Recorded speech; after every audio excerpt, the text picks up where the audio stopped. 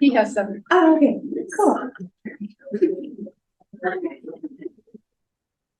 Good morning, everyone. My name is Teresa Rivera.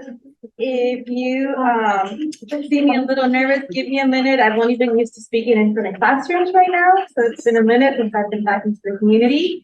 But when Andrea asked me to join today's presentation, I was very excited and very honored to be a part of this group. So I have a little bit about me. I have about 10 years of experience of working in the community. I am a recent resident of Michigan, moved from Texas in 2015.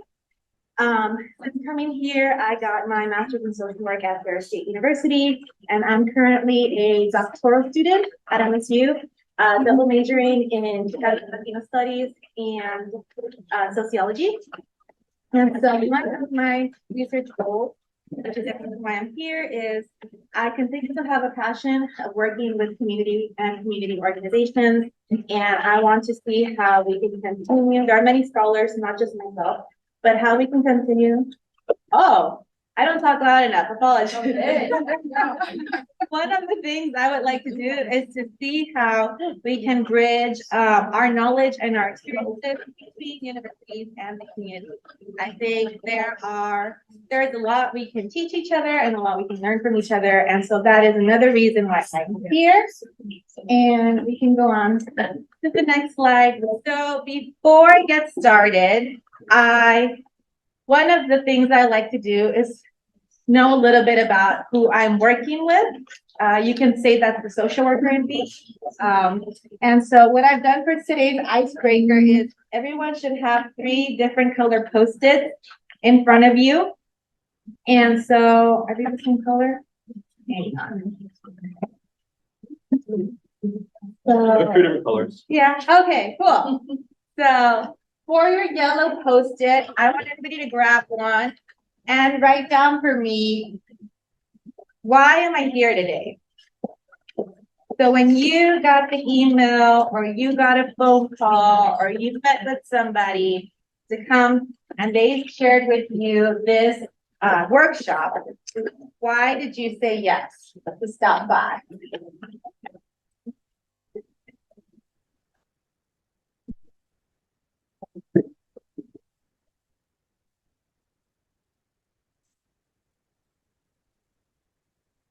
Well, wow, that sounds great. Yay, thank you. Y'all didn't even know about me, that was part one. A little bit.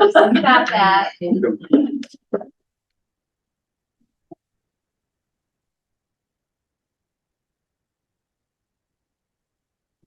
And then for those of you that are fast writers, for the next one, I'm just gonna look that up there. Grab your pink Post-it and say, and the question is, what do I hope to get out of this workshop? All right, and so maybe think about this workshop, think about the upcoming series. What are you hoping to learn from these experiences?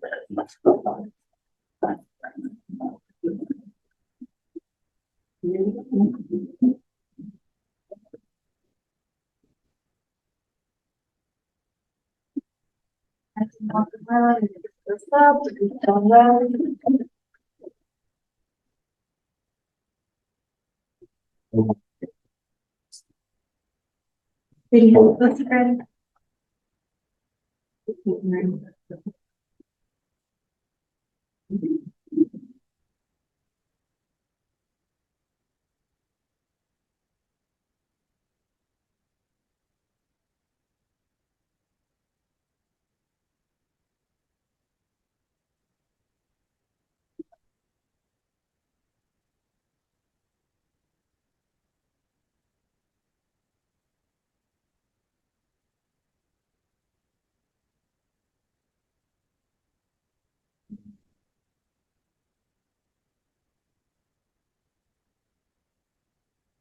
Okay, and then you guys keep writing. I have to take time for this. But for the last one, and that's whatever post is left over, what am I bringing to this workshop? So we have You have your presenters up here. We are very excited to share what we know, but it would behoove me not to acknowledge that everybody brings something to this workshop as well. So what, you know, it might be a strength, it might be a quality, it might be a skill. What are you bringing that will help you to make the most of it? And we're gonna walk around and collect some of the post-its that have already been written. Yeah.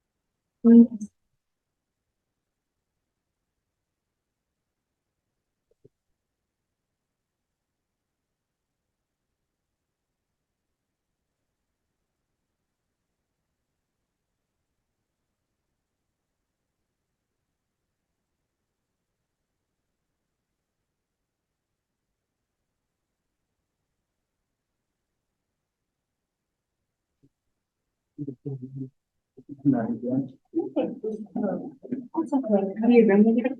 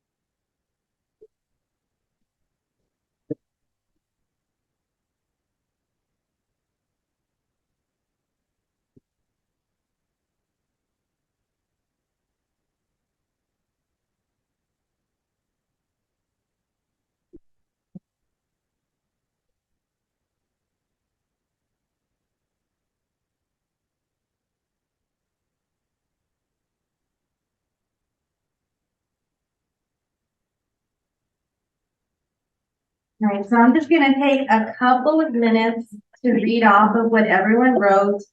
And nobody put names on there, so that's good. This will stay anonymous. But specifically, I'm gonna focus on the first question and the last question, because I think you guys might wanna know about this. So with the first one, why am I here today? I'm here today for curiosity and learning to fund our work. Because it looked like a great opportunity. We're here to start something new, to become a grant writer, to learn, want to learn, good knowledge. I want to know how to write grants, learn tips on locating grants, to learn and meet people in the community, to learn how to write grants successfully. That's important, right? Keyword. To learn more about grants, especially code switching. I like that one. That's my interest. I love making code switching. So as you can see, everybody here wants to learn. So good. We're all in a good space. Perfect. That's a good group. I want you guys to keep that in mind of what everybody wants to do here. Because then the third thing is, what am I bringing to this workshop? Skills and experience, spreadsheets and stories. That sounds like a bookshop. Desire to learn and strong writing skills, ability to connect people to resources, diversity of Chinese language and Chinese culture to the community, some fundraising experience, and stories to share. My contributions to help the community, my contributions to ensure development, my brain, my passion, my attention, willingness to work, information about what organizations can offer, bringing fresh perspectives. I'm here today for my Somali community to bring listening skills, willingness to learn and apply knowledge, experience and knowledge, and different culture and organizational knowledge. So that was a super fast reading, but I bring this one so that you kind of know a little bit about everybody in this room. And then this one as well, because later on in the presentation, we'll talk about collaboration. So it's always good to know what the people around you are also bringing to the table. And I'll leave this at that. I always promise too much. I'm gonna say I'm gonna write this down and I'll send it out to everyone. So I'll leave this up here and you guys can snap pictures. So we can go on to the next slide. So the first section, grant ready. What does that even mean? Right? How do I know if my organization is ready to submit a grant? So we're going to take a look at two parts. So the first part of being grant ready, I call looking at your structures. Looking at the structures within your organization, right? And specifically, I'm focusing on 4. You may find that there's more, but I'm going to go ahead and focus on these 4. And so we have history, program, personnel, and capacity. Looking at these structures will help you to understand when your organization is grant ready. So with your history, what this means is, do you know how did your organization start? Right? Do you have that in writing somewhere? Do you have your organization story? Do you have a timeline of events? It can be as simple as a beginning, a middle, and a what's next. But do we have that written down somewhere? And then specifically, is this something that you know, as that leader within your organization? But does your organization know this as well, right? Is this a message that is being sent out to the community? And then with your history, some things to keep in mind is that some funding sources will give preferences to organizations based on link. And that can go both ways, right? A long-standing established organization may have preference with some funding sources, but young, up-and-coming, innovative organizations with a shorter history may also have preference in funding sources. So understanding that structure of your history of your organization is one key thing to keep in mind as you move forward with your grant writing. The second one is your programs. And this is probably my bias showing because of where I come from, but one of the first things I talk about is your program evidence-based? What is that? In my world, that usually means reading a lot, reading articles, reading books, and grounding it on, say, some form of knowledge. But how might that transfer into your organization? So remember this third piece. What are you bringing to this today? So look at your own credentialing, look at your own history, look at your own certification and your own knowledge.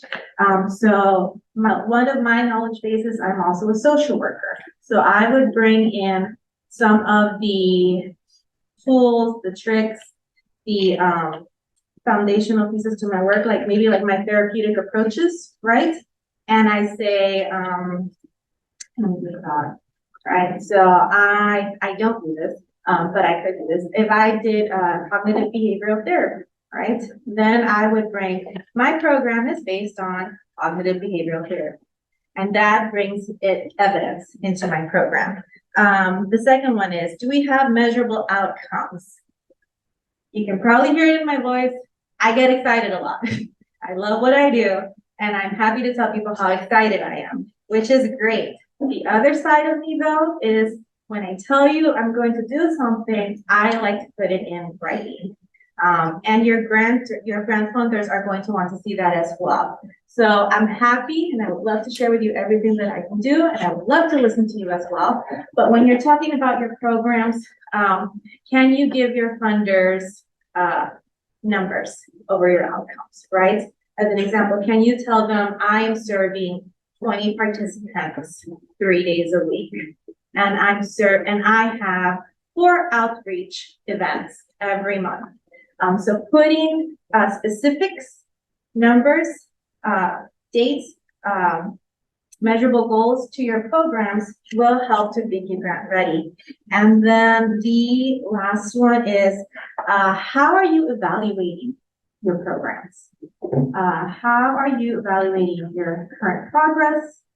How are you, we'll just leave it at that. How are you evaluating the program? Again, very similar to the outcomes one. How do you know it's working, right? So again, give specifics, give numbers, and evaluating your program will also help to guide how you're moving that program forward, right? So it allows you to stay, when we talk about programs, one of the things we want to keep in mind is it allows you to stay consistent, right? You have a foundation, that evidence of how you started your program. You have outcomes that you can measure, so you know what you want to do with that program.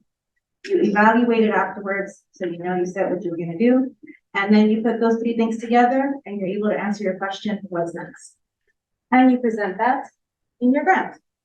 The third thing about having your organization ready is your personnel. So who's on your leadership team, right? Especially your executive director, make sure they're on there. Who is on your board of directors? What type of staff are within your organization that can help to support you as you write this grant ready, right? Who's in your finance department? Who is handling the documentation? Who is helping the organization with your grant? And then, as I mentioned with the third piece, what are they bringing to the table? So I included this question, this last one a lot, because you're probably going to ask yourself that a lot too, as you continue to write this grant. What are these people bringing to the table? What are we bringing to the table? So you keep that in mind with your personnel as well. And then the final structure I'm focusing on is capacity, kind of tied in with the personnel as well, right? So in this structure, you're looking at your administration, you're looking at your data reporting, your accounting, the financial systems within your organization. And as I mentioned, can your agency handle the grant writing, the reporting, and the evaluation that is going to be required? Because as I like to tell people, as I like to tell myself, everybody gets excited once you get a grant, and you should be excited. You go out, have coffee, and celebrate, and then that's when the work starts. So getting your grant is one piece, and making sure you're ready to take on that work is the next one. Can you said, can you handle the right? Yeah. Can you handle the reporting and evaluation requirements that are going to come in? Because that is what your funders are going to ask of you afterwards. And like I said, for today, I'm going to go ahead and just focus on these 4 structures. The more we get into these workshops, you'll realize there's a lot more pieces than this. But this is a good starting point. Again, this is just our first introduction, so I want to give everyone a good overview.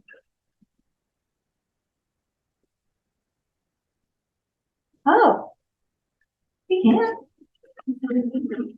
Yeah. This is why I like working with you. You don't want to move on. Do you have a question?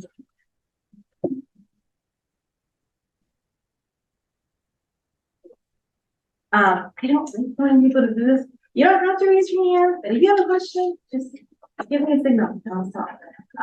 We can go to that. Yeah. On the, you mentioned about personnel, how much detail do you think is necessary there?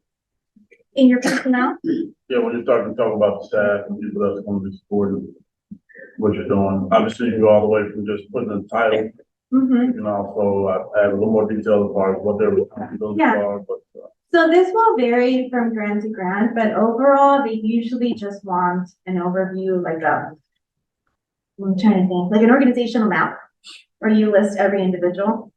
That's usually a good start. So that's something you can keep in mind too. Do an org map. Make sure you have everyone.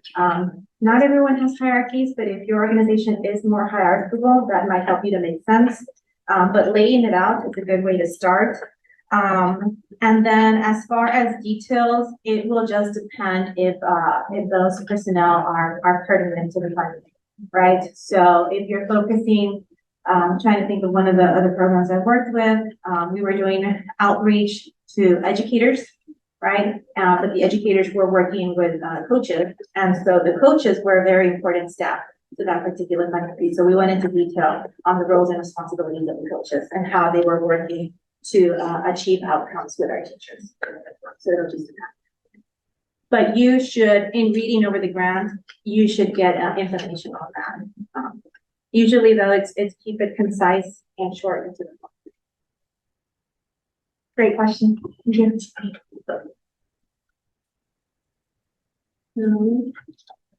How do you know when your organization has the capacity to apply for it and report on that grant?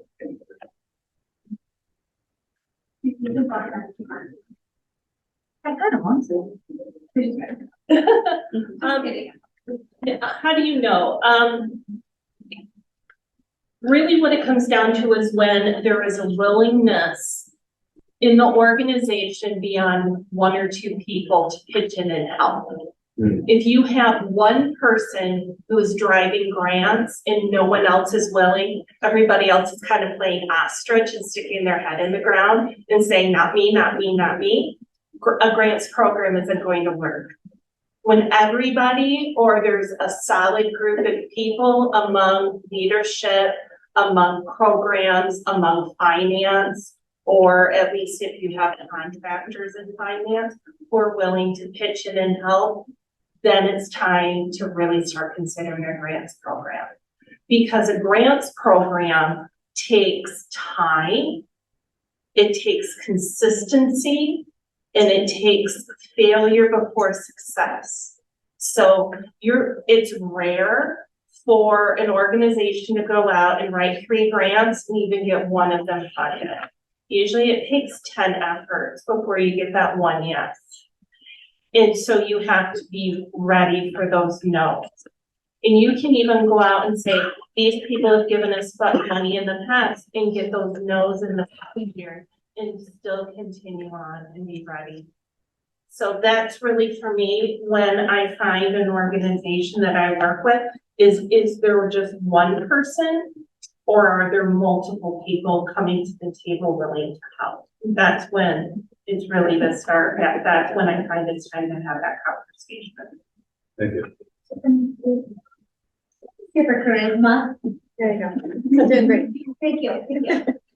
Another thing I would add to those, and we'll talk about this, throughout those, but think of it as adding, for those of you that are in administration, or really think about it as adding one more thing on your plate, right? Everybody works different, so I'm not gonna tell you should, I have a hard time putting hours to it because some people need 10 hours, some people need 5, some people need 2. But think about, you have to add one more meeting per day on your schedule, right? And it also depends on the type of grant. A private foundation takes a few hours. A federal grant is a full-time job for a few weeks. Yeah, so think about adding one more meeting every day for the year. And then find 2 more people, at least. That can commit for that. Because you'll need yourself to lead it. You'll need someone in finance to help you manage your budget. And then you're probably going to need someone on the ground, right, to put your program forward and give you feedback on details. And at least those is, like I said, if you go back to your structures, right, history, program, personnel, and capacity, there are some other things to keep in mind, especially within the capacity one. So we have data reporting and accounting. Yes. Yes, I have a question. So when you say we need to have, an organization needs to have data. So what that means, if the organization doesn't have a data, do you have them to create one, or they have to figure out by their own? Oh. Yeah.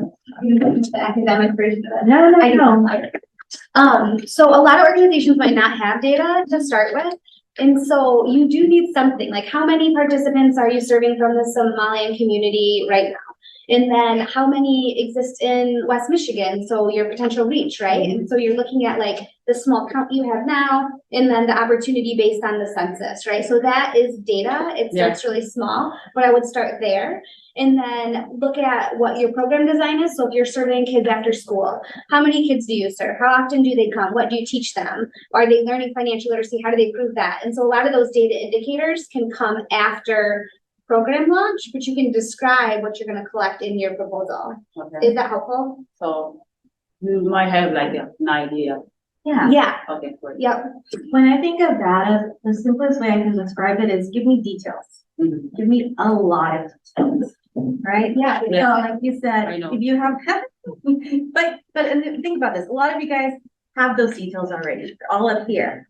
That's great, which is great, but your funders unfortunately are not mind readers, so it's about taking all your details and putting them on here. Yes, right now. So, yeah, perfect. I know you know.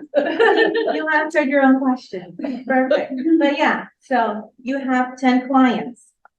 Tell me how old they are. Tell me their gender. Tell me, are they married or not? Do they have a partner? Do they have kids? Do they not have kids? Tell me their race, their ethnicity. Tell me where they are from. Give me all these amazing details about the people you work with. Tell me maybe where they work, where they don't work, where they went to school, if they did not go to school. So these are all details that will begin to paint a picture of your program. But we end up calling it data. And you kind of keep going there, because I know you know. So, You can answer this later, Yes. but, with a grassroots foundation, so sometimes these structures need to be funded to exist. Yeah. So it's like almost like a cycle you can get out of, because they need you to have these structures, so you get money, but then you need money to create the structure.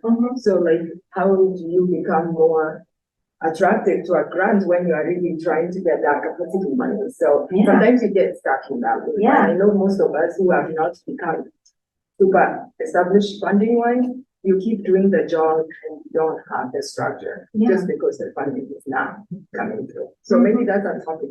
I mean, something we can talk later. Do you want to? I covered it. We got it. That is a topic. But I'm not gonna speak to that. We have an expert. But yeah, we'll speak a little bit more to that. Okay, great question. You have it. Any other questions? I have a question. When it comes to grant writing, I feel like sometimes it focuses on Western way of seeing things, like data focus. But where do you take like storytelling? Some cultures are more like storytelling than just numbers, because it's like percent, how many people impact.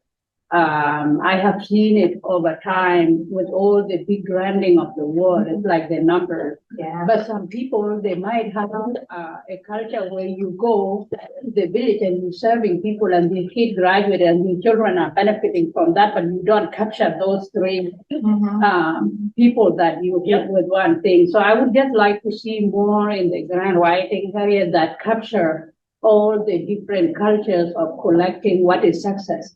Because success is one thing in this culture and another thing and another, and it also divide in personal. So I covered that as well. okay, thank you. Yeah, you and me both. So yeah, that is part of my work too. We'll talk more later. But everybody heard the question. How do we, and again, that's why I bring in this last panel here. What are you bringing? Everyone has a vision for their grant and a strength that they want to focus on. So I don't want you guys to lose sight of that, because there is, there's value there. And I think there is an innovation in that approach. that once we can put that on paper, the grant funding we're really excited about. But my time is almost up, so I want to talk about this for a little bit and give space for people to ask other questions and for everyone else, for the other presenters to speak as well. I mentioned there was two pieces about being grant ready. What does that mean? The second piece is being grant writing ready. And again, this is not the final end all be all list. This is a good starting point for today. The things we want to focus on is research, program comprehension and design, information gathering, written communication, be determined. And I specifically left this bottom line blank. But focus on these pieces when you're working to get yourself grant writing ready. So research, again, as very simple as data, what does that mean? Do you know how to present your problem? What is your organization working to address? What is it doing in the community? Are you able to put that in writing? Are you able to see what is the need within your clients and community? Do you have a solution? Do you have an quote unquote evidence for success? And again, you frame that evidence for this, right? And then the last one is, do you have links to credible sources? And again, what I said is, again, draw on your skill set, draw on your own knowledge, and find these sources to help you build that foundation for what your research is, in whatever capacity that is. And we can keep talking about that and kind of fleshing out those details. But what are your credible sources? And Rebecca, to your point, there is theory out there that does say stories are credible sources. So you link that, but show it in your writing. And that's what we're going to learn about today. The next one is program comprehension and design, right? So like I said, you may be working with a well-established organization, it has a lot of histories, it has a lot of programs and activities. Or you may be working with a younger organization that is still starting out, right? But do you understand that, right? Do you understand at whatever point your organization may be, do you have an understanding of your program, that full lens of what you do? And then maybe you don't, or no, not maybe you don't. Maybe you don't have a full-fledged program. Maybe you have activities, right? And you understand, you comprehend that you have activities. So now your goal is you have to design a program. So you present those activities in a capacity where on paper, the funders go, oh yeah, that's a program, right? So then that's where your program design comes in. Information gathering, right? Grant writing is writing, and you're going to do a lot of the writing, but you don't have to do a lot of the heavy lifting. So that information does not have to come from you, right? You want to bring in your organization, your members, your community, your stakeholders, your board, and a lot of what grant writing is, and maybe Tiffany and Trisha back me up, it's bringing in those ideas and those perspectives and creating that bigger picture of your organization. But it's not just on you, right? So don't think while you are doing the writing, you are not the only one bringing the information to the table. The next one is written communication. Like I said, storytelling, I love storytelling. Talking, I love talking. Unfortunately, we don't do presentations to funders. Like I said, they don't read our minds. So one of the best ways we get funding is by writing it.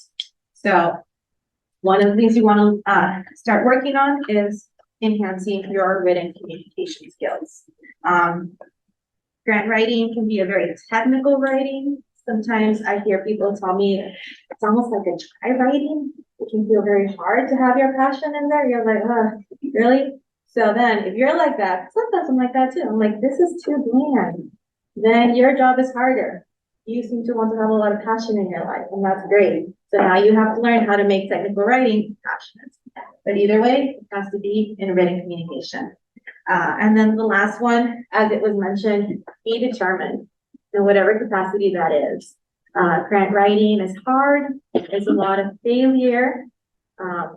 So you have to have that passion and that determination to keep pushing through. Rejection is not easy, but it does get a little bit easier when you have rejection. So you learn to take those hits. And then for the last one, look at these skills here. And everybody make a mental note of what you have already. Similar to those questions. What do you have? What am I hoping to work on? What can get better?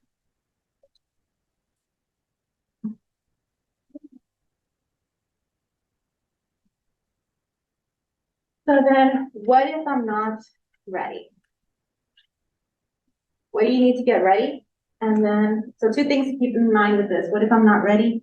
What do you need to get ready? And consider collaboration. I love that. Can we go back to that for a second? Yeah. To me, what that means is there's a bigger organization that helps you out with some services, and they've gotten a lot of grants.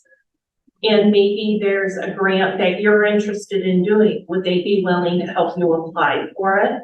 Would they be willing to apply for it and include you in the budget as a paid partner? So you can get some grant experience and even be able to maybe get an in with that local foundation or that state government or local government agency. It is a great way to get started. Before I move on to the final question. Okay, so for this one, I am, for the sake of time, I'm going to go ahead and just refer everyone to your folders. And so I printed out a handout with the different structures and a little bit of information of what that is. And so if you are at this table thinking, I'm not ready, I'm just not there yet. Got homework for everyone. Remember, I'm a student, I have to do homework for you guys. But we have homework. And we've laid out the different structures, and we give ourselves some time, use this time, because grant writing is a lot of thinking and a lot of writing too. Right, so use this time to have some of that thinking. Look at each structure and say, which one do I have established within my organization that I'm good to go? I feel like it's solid. I feel like if I had to write a grant about it, I would be able to share in full detail. That's right. Which one has room for growth? I like where we're at, but I can see us getting better and innovating. And the last one is, what do I need to add on to my organization to help me get grant ready? I'll go on to the next. And so, as Trisha was saying, if you feel like you're not grant ready just yet, consider collaboration, right? So how can collaboration help your grant writing experience? As we mentioned, it brings in these different perspectives. So it strengthens your proposal. Again, these different perspectives strengthen your proposal, but so does the organization. She was saying its history, its ideas, its budget, and it adds credibility to your work and your proposal. So especially for some of our younger organizations, like we know y'all are doing awesome work. You don't have to convince us. But helping, and again, you know what? Scratch that. This happens for any organization. If funders know that there are other people willing to work with you, there are other people willing to invest their time and their energy on you, then they know it's not just them, right? So this organization has connections, has contacts, has network, and it has other people investing in their work to some capacity. So then this tells the funder, I'm joining in that investment as well. Then it doesn't become just a venture of me and them, of me and one person, but me and them, right? So in a way, it becomes less quote unquote risky, right? They know that there is credibility and standing in your proposal and in your work. And that you can do without even writing grants, having that networking and those connections. And then for the last one, how can I prepare for collaboration? So you're going to know this as well. With grant writing, sometimes everything's about preparation. You do a lot of work at the front before you're even writing. So if you're thinking about collaborating with your grant writing, you want to have a good understanding of your organization's mission, the resources, and what you bring to the table with your collaborators. Have some commitment to some formal strategic planning. where everybody's talking about your long-term goals, your long-term initiatives, right? Determine best fit with potential partners. Just getting along with everybody is a good start, but does not lead to best fit. So again, think about your mission, your goals, your program, your outcomes, and is this something that you can see collaborating with the organization you're interested in? And then look at informal planning to see how you're going to set some of these initial meetings up and get everybody going. And then the last one is get in that buy-in from your key stakeholders, from your organizational leaders, because you're going to want to have the whole organization on board to move forward for this. And similar to some of my other slides, this is a good list to get everybody started, but by no means the final list, and you could definitely add more to it. And we will add more as we keep moving forward.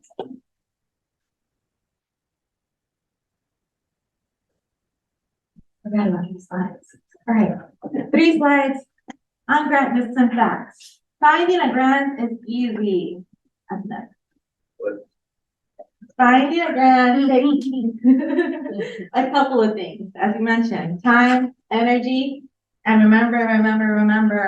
People have a hard time remembering. On top of everything you're already doing in your life, on top of everything, it's going to be work. That's why grant writing exists.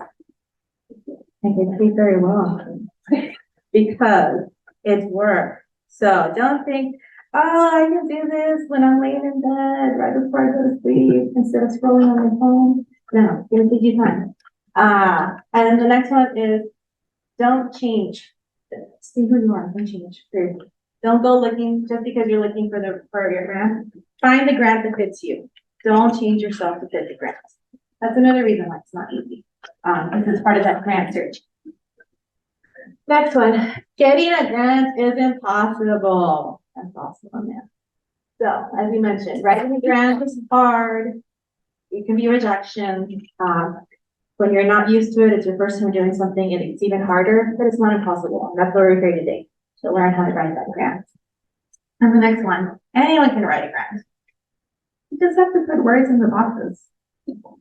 Yeah. As we mentioned, grant writing is a skill. And like any skill, it takes you time and it takes you practice. I will not show you some of the first grants that I wrote, but just know they were not. They were, no, you know what, that's not true. We didn't get the money. But even I'm like, ooh, that could have been better. But yeah, it's a skill. It takes time and it takes practice. The good news is, it means you can learn.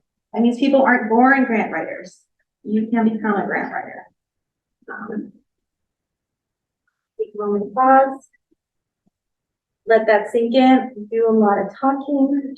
And then if anybody has questions, before we move on to the next one. Sorry, could you just go back to a few slides back? Yeah. To the one about the collaboration. Yeah, Yeah, I'll leave it there. this one. That's the good one. Yeah.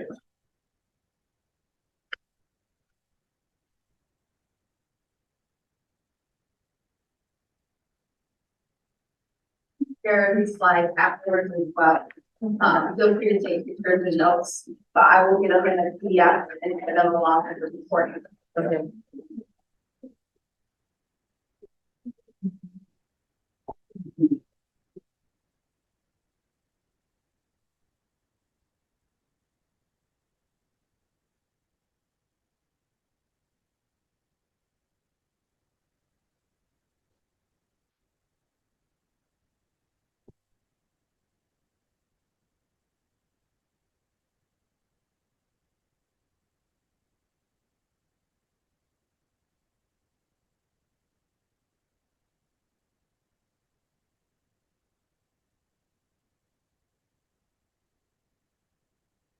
Right, as they're transitioning, I'm just gonna bring you these gifts. They're just they're business cards, but this is the only gift I have for you today. All right. Can everybody hear me okay? All right, Yeah. so I'm loud enough. I guess it's the benefits of being a youngest child. Okay, Trish doesn't have enough business cards, but we're best friends. And so if you can't, Trish, you can get a hold of me and then we'll connect.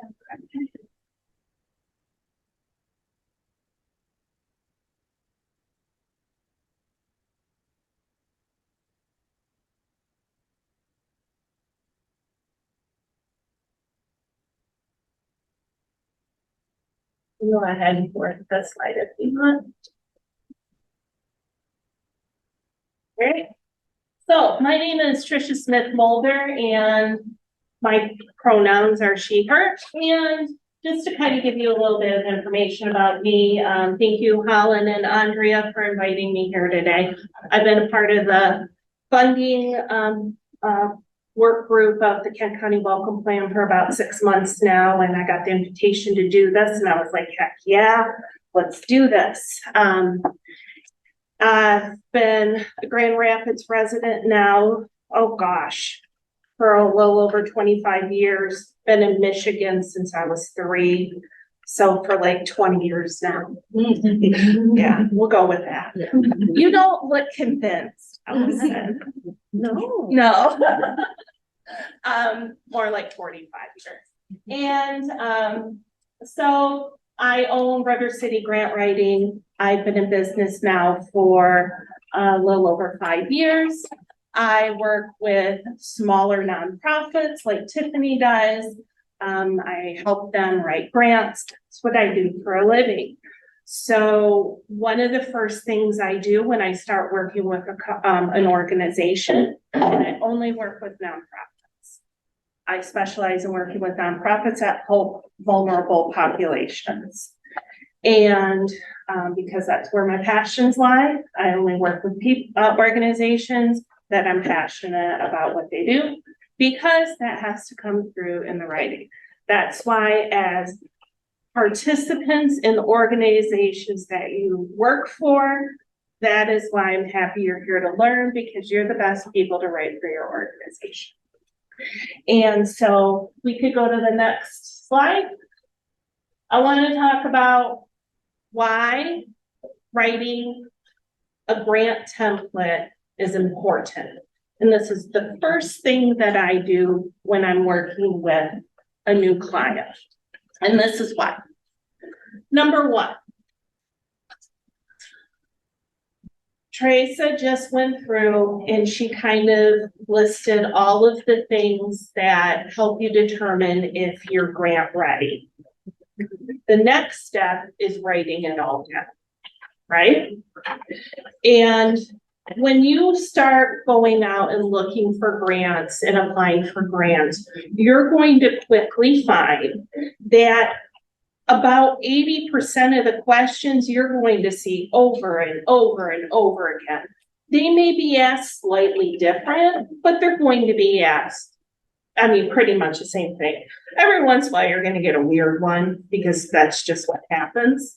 But it's really important to know that if you're adding these extra things to your plate, it's really important to be able to save time.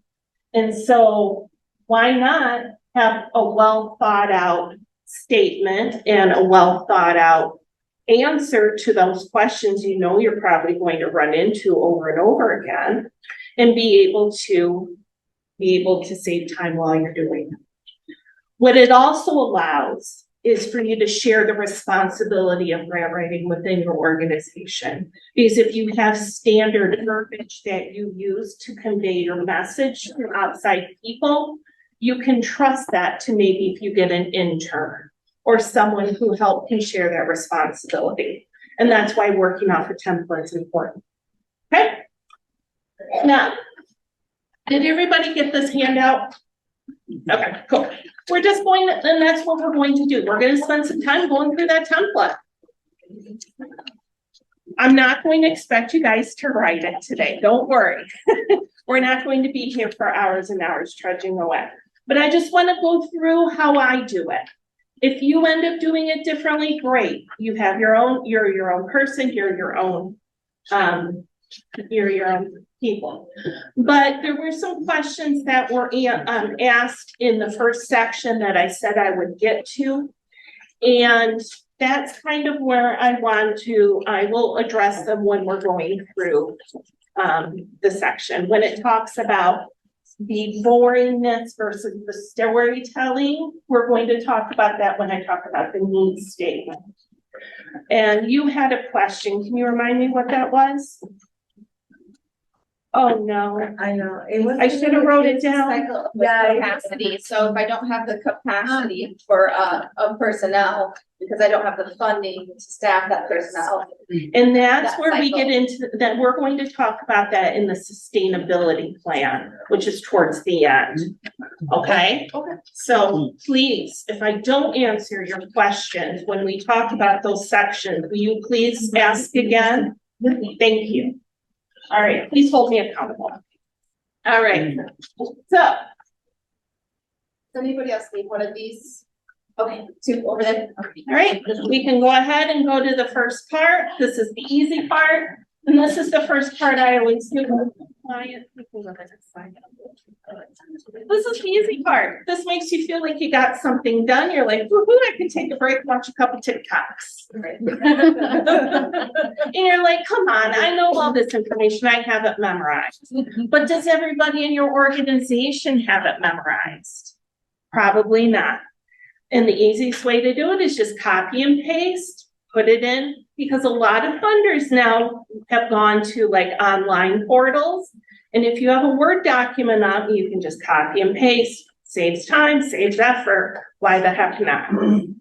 But then you also feel like you got something done and all of a sudden the little meter moves on that portal and says you're 5% done. You feel like you're partway there. So why the heck not? So just some basic things. Does everybody know what doing business as is? Any questions on any of this? Your employer identification number, that'll be on your 501c3 paperwork. All right, we can go to the next one. Mission, vision, and core values. Most of you will have a mission statement. If you don't, and you're in the process of writing one, or you're thinking about revising yours, it's 2 to 3 sentences that explains what you do. The best way for me to describe a vision statement is, what would the world look like if you accomplish all of your things, what does the world look like if you do all the things you want to do with your organization? What does a perfect world look like? For one of my clients that works with homeless people, their vision statement is a Kent County with no homeless people. Simple. That's a very simple vision statement. Unfortunately, we're a long ways away from that, but that's what they're working towards. I know it sounds controversial, but the goal of every nonprofit is eventually to go out of business because you want to solve the problem you're trying to solve. You laugh, but it's kind of true, isn't it? Yes, it is. You want to solve the problem. So what would put you out of business with your vision? That's what your vision statement should be. Core values. What are the things you do in all of your programs, all of your operations that make sure you match your vision statement and your mission statement? What are your uncompromising values? Why do you think a funder wants to know those things? Anybody besides Tiffany? Anybody besides Tiffany? Okay. They want to know what your organization stands for and what who you are as an organization. Exactly. They also want to find out if you match their priorities. Because a lot of family foundations have their own type of mission, vision, and core values, and they want to make sure it's a good fit. They also are going to check that the program that you're putting forth to them or your idea matches these things. That you're not going off into left field, pardon the baseball reference, I'm a little addicted right now. They want to make sure that the program you're presenting matches these things. Makes sense, right? All right, we can go to the next slide. Executive summary. It's always at the top of the proposal, but it's the last thing you do because it's 2 to 3 paragraphs. It's a summary of your whole proposal. So That's always feels weird skipping it, but you're gonna come to this last. I know as a writer, I'm not supposed to talk about ChatGPT. But I'm gonna tell you right now, ChatGPT can turn 2 pages into 2 paragraphs. Just make sure you proofread it though, because it puts some goofy stuff in there. But my clients are happy because it's by the time you're done with a proposal, your mind's fried. You're just like, I can't take condensed 2 pages into 2 paragraphs. Let somebody else do it for you. Yep. Why do you do that last, the executive summary? Because the executive summary is you're going to go through and you are going to write your program, and some things may change between the time you start and you collaborate and you're writing this with multiple people. Some things where you start and where you end may change. So I recommend writing it last. Good question. Any more questions? Okay. So proofread it because they put some goofy stuff in there. All right. Anything else? All right. Organization history. If you have a website with a really nice organization history, go ahead and use that. Maybe you want to add a few things in there. Some things I'm still seeing that you may want to add to it. Organizations that were formed before COVID-19 or during COVID-19, I would say even through 2021, funders are still looking to see how it impacted your formation. I'm sorry, they're looking to see how it impacted your formation, how it impacted your services, how your recovery, how you've expanded your services since then. Make sure you put a paragraph in there and mention how you've changed your approach to things, how it's made you stronger as an organization and things like that. Organization structure, that's your, we talked about it earlier, your organizational tree and things like that. Positions only. What I do like to see with an organizational tree is if it's not only the position, but if it's a volunteer paid position, but also is it full-time or is it part-time?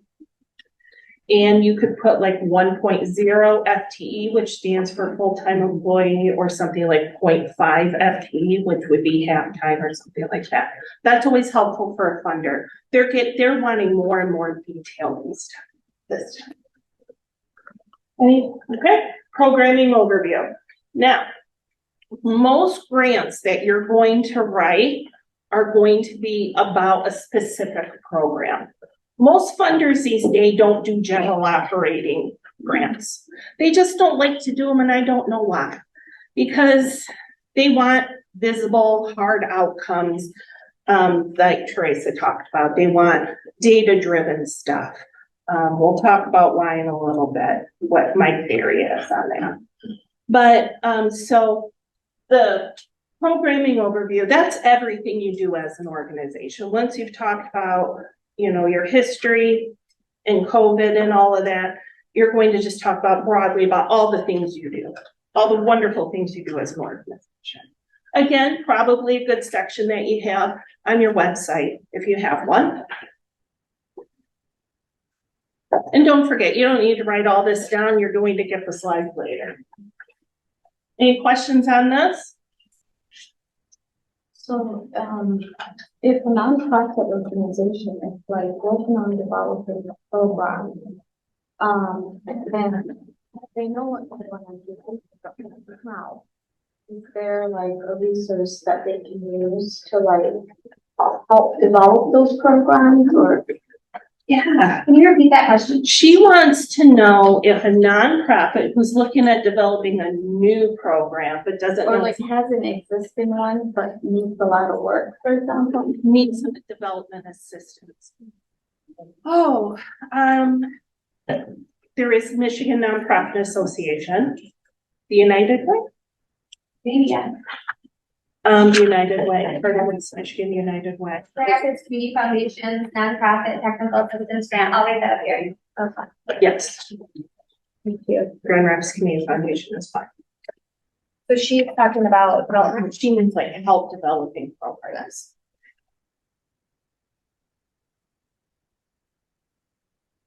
Or maybe since you asked, maybe Holland could make a workshop. Yeah, there is, so at the end of today, there's gonna be a little survey. This is our first quarterly workshop, so we plan to do these every 3 months through the end of next year, and then probably beyond that, as long as we keep getting our grant to host the workshops.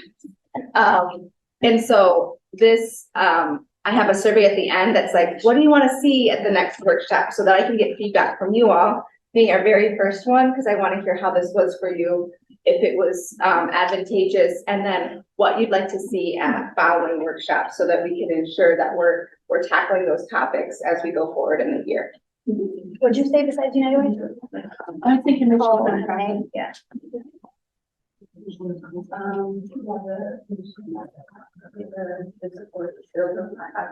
Yeah, and so she's writing down Michigan Nonprofit Association. Association. It's okay. What? I think it's association. Okay. That was association.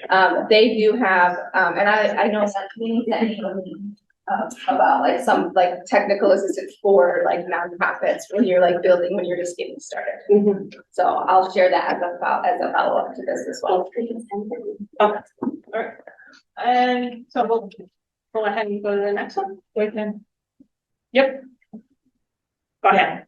I want to know the advantage to have 501c3 versus 501c3 private foundation. 501c3. Yeah, and 501c3 private foundation. What's the advantage between both of them? 501c3, public charity versus a 501c3 private foundation. Most government grants, state funding, and private foundations have restrictions on being able to give to private foundations. Okay. So in order to, that's why they asked for, one of the first documents most funders ask for is your 501c3 paperwork, and they verify that you're a public charity. So which one you need to have? You want to be a public charity. Population served. These are the questions you should be asking, and this is where that data comes in. Who do you serve? And I'm not going to go into all of that information. Teresa covered it really, really well. How many people do you serve? What are their demographics?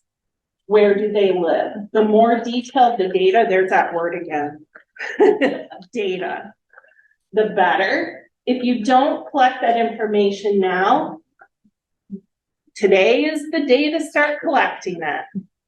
And now is a great time to start collecting the data. A great example is I had a client at the beginning of the year that I started working with, and they had none of this data, but they were running a class. We collected the data with the first class, and we've been collecting it all year long. Some trends popped up real quick. Now we have a good idea of who they serve. And we got their first grant about 3 months ago. No problem. The trends have continued. Now we have data. They did it when we started. Now they do. Now, so don't worry. If you're talking here and going, oh my gosh, I don't have it, start collecting it today. Figure out a way to start collecting that data. Yep.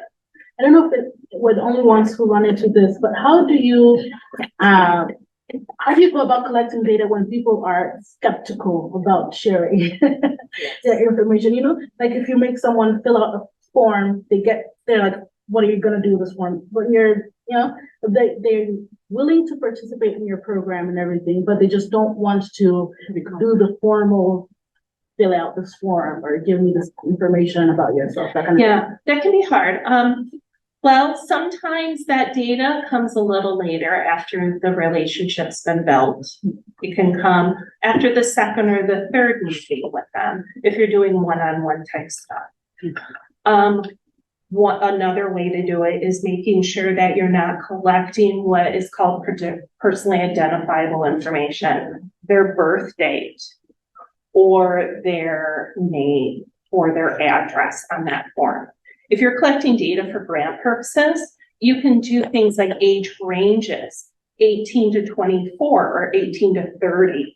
You can broaden ranges if you want to get information about, you can just do check boxes, and then if they're not writing their address or their name on it, they may be more willing to just check some boxes versus filling it out, because then they don't feel like their handwriting can be tracked back to them as well.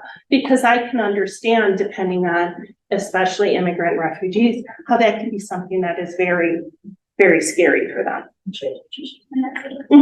Yeah, and as you're working to build that rapport, because I mean, you guys have these relationships with your clients, right? They're getting to know you, even when you're skeptical. And something you might want to consider that might be helpful. Do you like, with all your handouts that you have, do you one that's just for like data, for demographics, right? And ask those questions that you want to capture, right? So like if you want ages, if you want ethnicity, if you want schooling, whatever it is you want, right?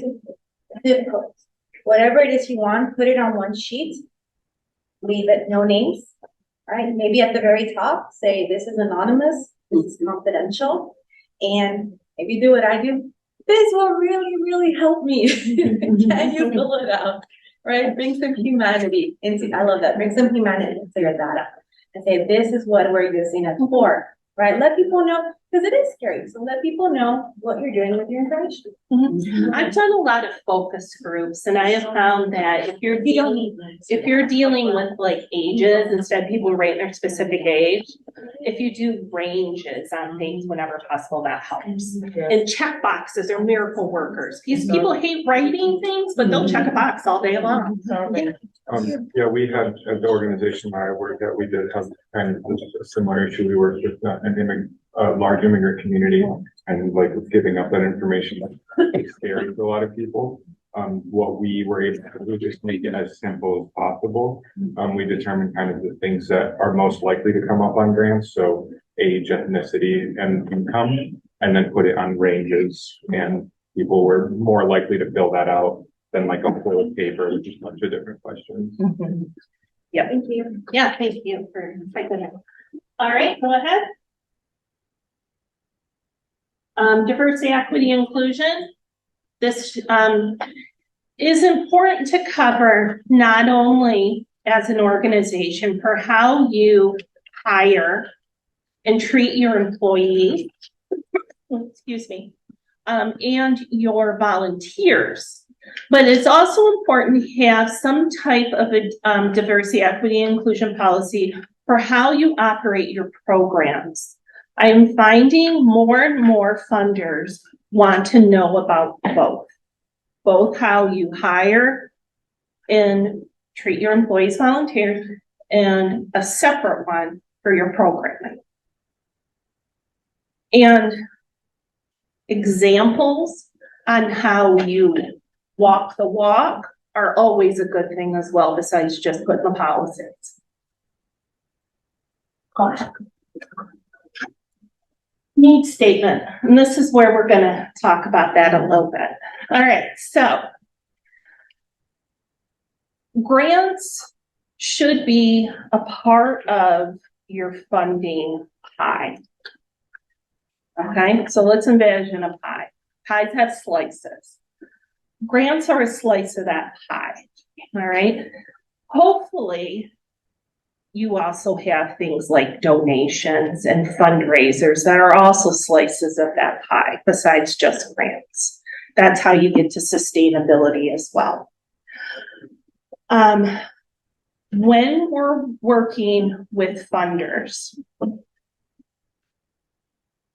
and you submit that proposal, there's going to be a panel of people, sometimes sitting at a table like this, like that, who are going to read these proposals and comparing them against scoring rubric to say, how did this proposal meet our requirements?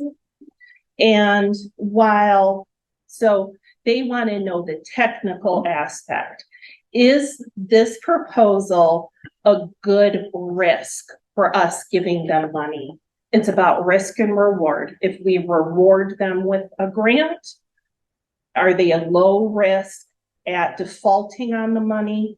Are they at a high risk for defaulting? Should we take that risk? Those types of things. That unfortunately doesn't leave a lot of room for the passionate stories that fundraisers and individual donors will often write checks to. And that's a lot of times where those types of stories really help. So, however, the needs statement has room to me for both of those, depending on how much room you're given to write. Because some online platforms have word restrictions or limitations on how many characters you can type in, silly things like that. So if in the needs statement, really try to talk about the need the program addresses. Talk about how urgent it is. And the way you do that is the data. Again, we're going back to data. The data is going to be from sources like the Census Bureau, the Annie EPC Kids Count Report. It's going to come from sources like the newspaper, local reports like the local Continuum of Care just released their 2023 homeless report. There's statistics you can find from the Kent County Welcome Plan on the benefits of welcoming immigrants to our community and things like that. You want data from an unbiased third party. Okay? Now, in that second paragraph, you can highlight a couple of success stories. And that's always so you can put that, say, here's all the data, here's a couple of people we've helped. And whenever possible, depending on the type of application, that allows you to draw some urgency and some personal expertise into that. I feel you. I wish there was more opportunity to do that with grants. We're not really there yet, though. It's helpful, though. I will say this. It's helpful, and the combination of two, I have seen it, and the thing that you just talked about, people sitting and reading, they always look out for the data and the story, so it's changing. Yeah, thank you. And some grants, not all, but some grants will allow you to link to like the website or to the promotional material. Yes. Yeah, so if you have blogs or videos or stories anywhere where you really capture that essence of work, link to those cases. And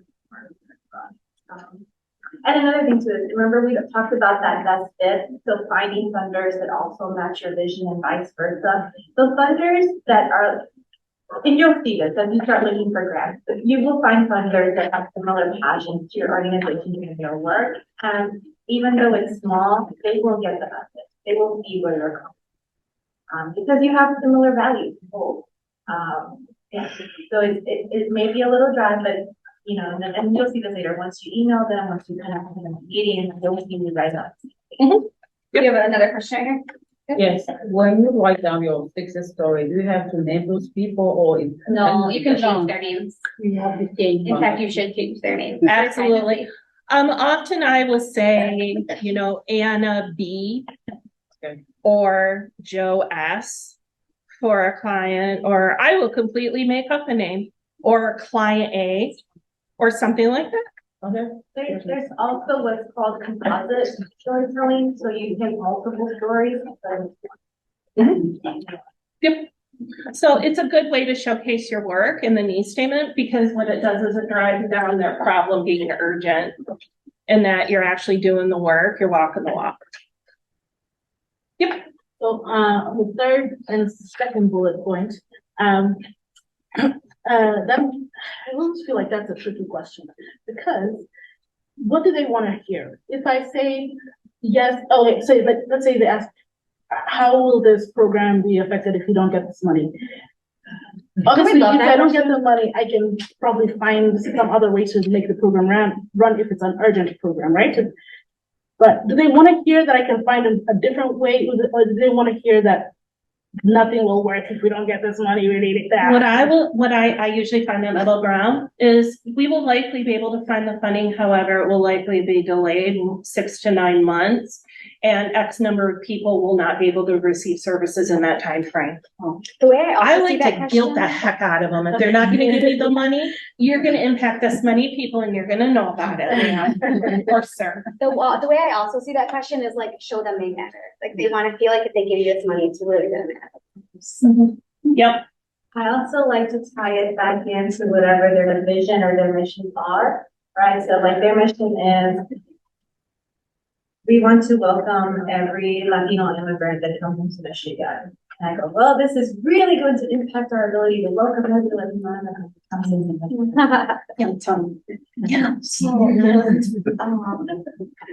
Yeah, I think too, like, that's like what you say, I like it. Oh, go ahead.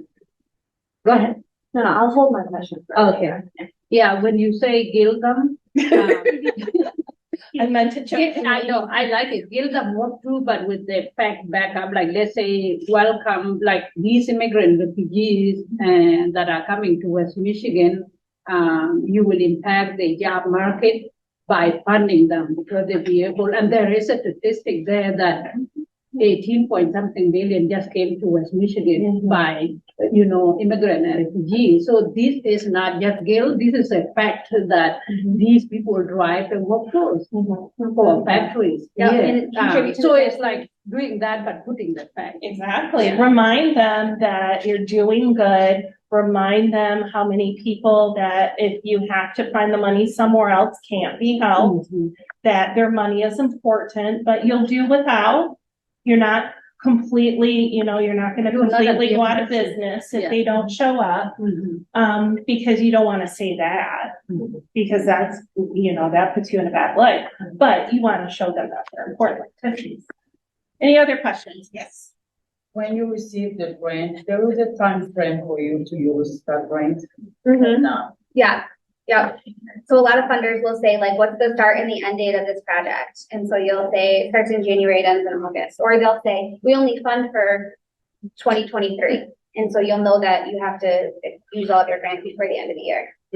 And you have to accomplish during those prime time. That's why we'll get to a section in a minute that will be very important when we're taking that into account. So it's a good segue. Trish, I am commercial break. 11:30. Okay, we just have a lot of content to get through, so it makes me wonder if we should have them choose the sections that they'd like to dive into. Okay. Because I don't think we'll get through it all. So if you guys look at these examples, I look at your paper really quick. Tricia's at project or program overview, which is at the bottom of page 2. So other things that we can talk about today is the measurable impact goals and objectives, like how do you write your goals and objectives? Or we can talk about setting out that chart, that like timeline work plan, all of your activities. We can talk about sustainability, and then the component that is not listed on here is the budget. So if you guys had to choose between these 4, We definitely need to do budget. okay, so we'll do budget for some. And so then no for the later than next, 11 at that. Okay, so the next 15 minutes, you guys want to talk about setting up measurable goals, activities, and objectives, or do you want to talk about timelines or sustainability? I just want you to shout. Goals. Cool. That's important. It's the hardest part. Let's do it. All right, program overview. We'll do that, then we'll skip. And we'll go straight to objectives, goals, and all that good stuff. All right. So this is where, we've kind of all led up to the point. Now we're gonna get into the nitty gritty about what the actual grant you're writing is about, okay? So, who's being serving? Of the population served that you talked about is the program that you're writing about serving all of that population or a segment of that population. So I have some clients that serve a broad spectrum of people. For example, I have a client that serves, I'm trying to think of somebody who is outside of the area. They serve youth ages 13 to 17, and they serve their parents who are low income, and they're trying to keep their kids from dropping out of high school. Okay, so they're trying to teach your kids how to keep their kids in high school, and they're working with the kids to keep them in high school. So it's a pretty good program. So serving 2 people. So sometimes I write a program, sometimes I write programs that are geared towards the parents. Sometimes I wrote for programs that are geared towards the kids. So that's where I'm gonna talk about in this, who I'm serving, what part of that population I'm serving. What are you doing? Details. What is the program? What are the details? You can write this. Where are you performing the service? Lately, I'm seeing some grants are very specific to neighborhoods, to zip codes, to counties. Talk about that. Are you performing it in a ward inside the city of Grand Rapids? Are you focused on Kent County? Are you focused on Ottawa County? Where are you focused? When are you doing the program? That kind of goes back to the grant timeline on, how many months, things like that. How often? Is this a once a week program? Is it depending on appointments?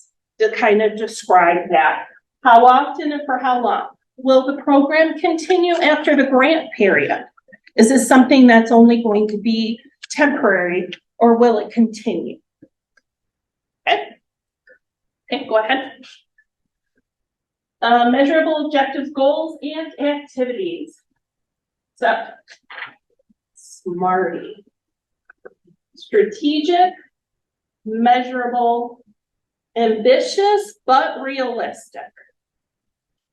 These two things go hand in hand. Ambitious and realistic. Time-bound, inclusive, and equitable. That's what SMARTY stands for.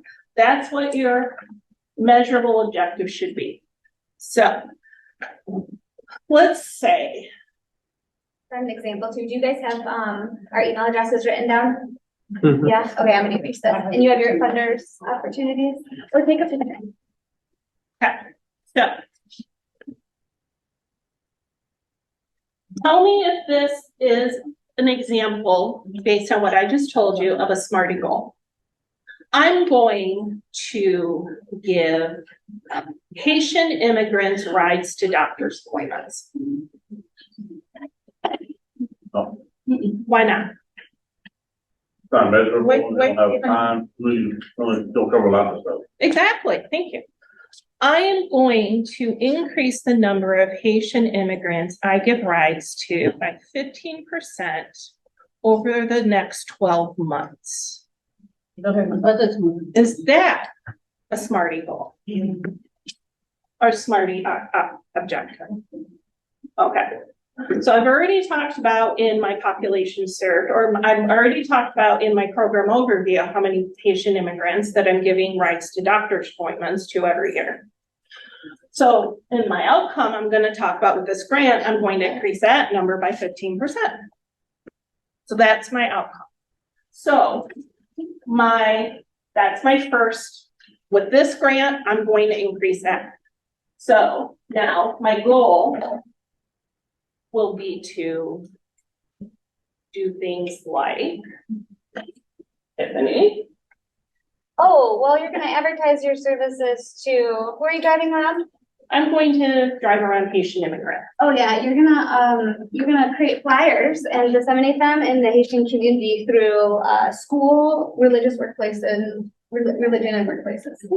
And I'm going to advertise it on my website. I'm going to post social media posts, and that's going to be one of my goals.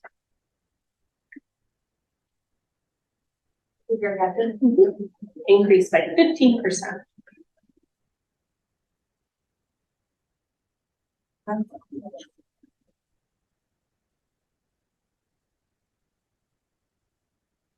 Go ahead, you can go. Okay, so the goals and outcomes are the impact of the objectives. That's how, and so by doing, okay, I guess, increase the rise by 15. So the objective goal. I got messed up. That's okay. Make and distribute flyers. This is an activity, not a goal. Silly goose me. Got mixed up. Okay. Okay, so that's an activity. That's one of the things I'm going to do to get to my objective, right? So that's an activity. Another activity I'm going to do is I'm going to ask everybody that I get a ride to give a ride to for a referral. And make sure that they talk about it and maybe offer an incentive for every referral that they get.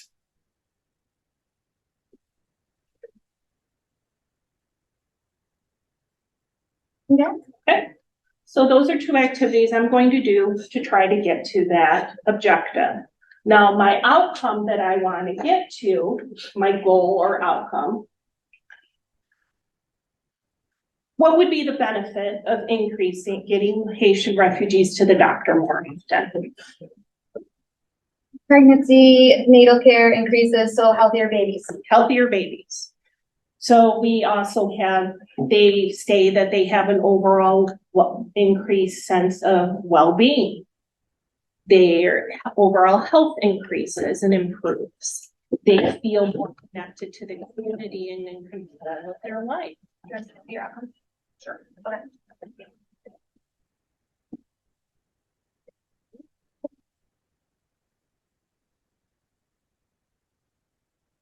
You can keep going. Okay.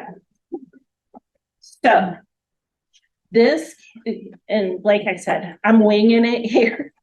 This is the part of the proposal that is what the funders are going to come back when you write that report at the end of the grant. And they're going to say, did they meet these objective goals and activities? And if they didn't, why? And that's okay. Sometimes you don't, but sometimes we have to reassess and explain why we didn't. You know, if we hit 13% instead of 15, we're going to explain why. And that's okay. Pop quiz. What is Trish what data points is she gonna collect throughout this project? Number of people who who got the ride. Yep, number of riders. What else could she collect? Demographics. What kind of demographics might we want? Well, age range, sex, feminine or masculine, how many children or adults.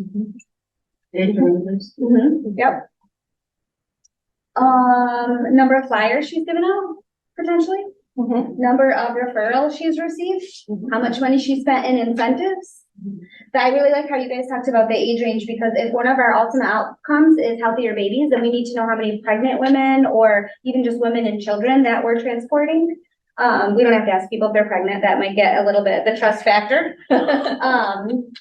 Yeah. But if we're dropping them off at an OBGYN, then you can open up a conversation and maybe we can talk about it. Or you can just track the number of referrals to OBGYN and give that data.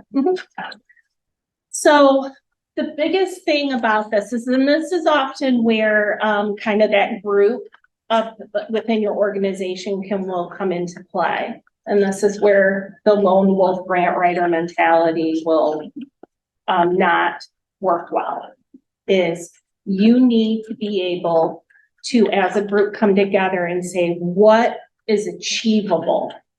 What is ambitious, but what is realistic? Is 15% a good number for us? We're doing 100 right now. 15% is roughly 115. Is that ambitious to be able to increase over a year?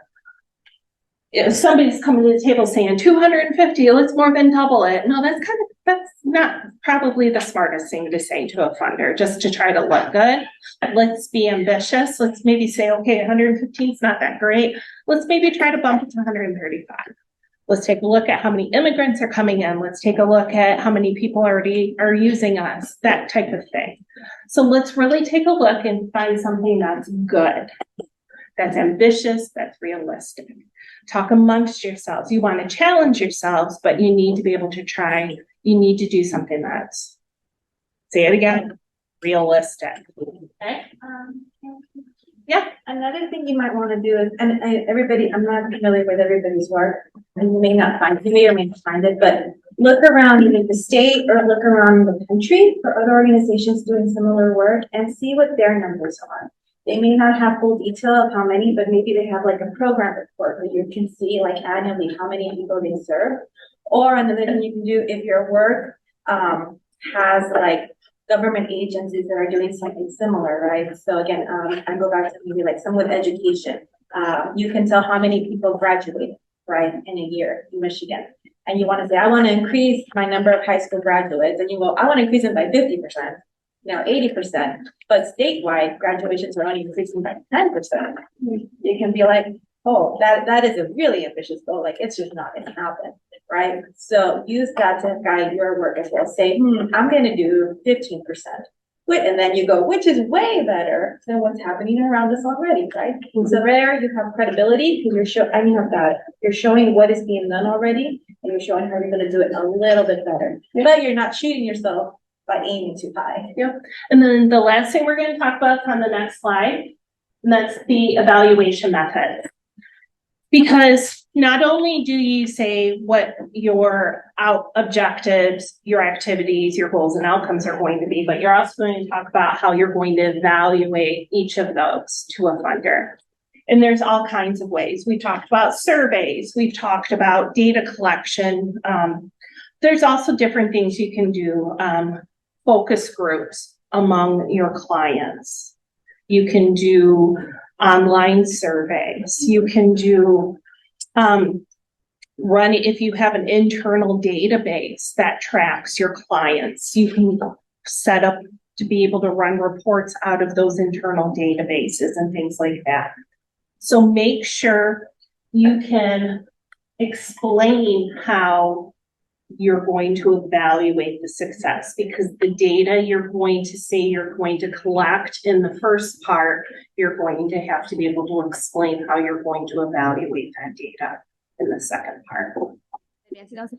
My name is Tiffany Clark, and I started Igneous Consulting about 2 years ago.